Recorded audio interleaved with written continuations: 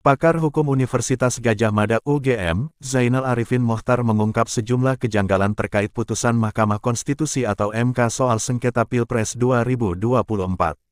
Mahkamah Konstitusi telah menolak permohonan sengketa Pilpres 2024 yang diajukan pasangan calon nomor urut 01 Anies Baswedan dan Muhaimin Iskandar serta paslon nomor urut 03 Ganjar Pranowo dan Mahfud MD.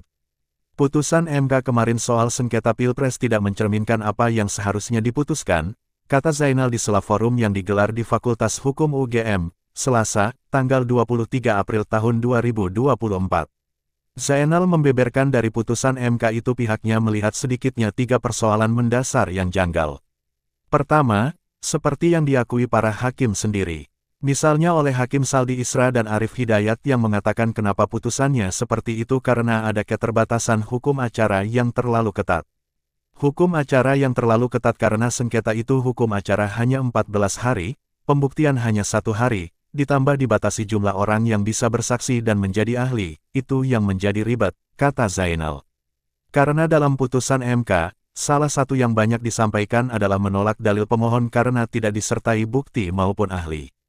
Padahal saksi dan ahli yang boleh dihadirkan jumlahnya terbatas, sementara dalil yang mau dihadirkan 20-30, daerah yang dipersoalkan ada ratusan, kata Zainal. Bagaimana itu bisa tercover oleh saksi dan ahli pada saat bersamaan? Atas ruwetnya prosedural itu, Zainal menilai perlunya perbaikan segera konstruksi penegakan hukum pemilu, khususnya Pilpres di tingkatan MK. Kalau tidak diperbaiki sistem ini akan berulang terus persoalannya, kata dia. Kejanggalan putusan MK kedua, menurut Zainal, adanya disparitas karakter para hakim. Di satu sisi ada hakim yang berparadigma judicial activism alias yang berani berpikir substantif dan ada pula hakim yang maunya berpikir formalistik. Putusan MK kemarin memperlihatkan disparitas antar hakim itu, ada para hakim yang berpikir sangat formalistik, ada hakim yang mencoba melompat keluar dan berpikir lebih progresif, kata Zainal. Zainal mencontohkan saat para hakim melihat persoalan penggelontoran bantuan sosial atau bansos.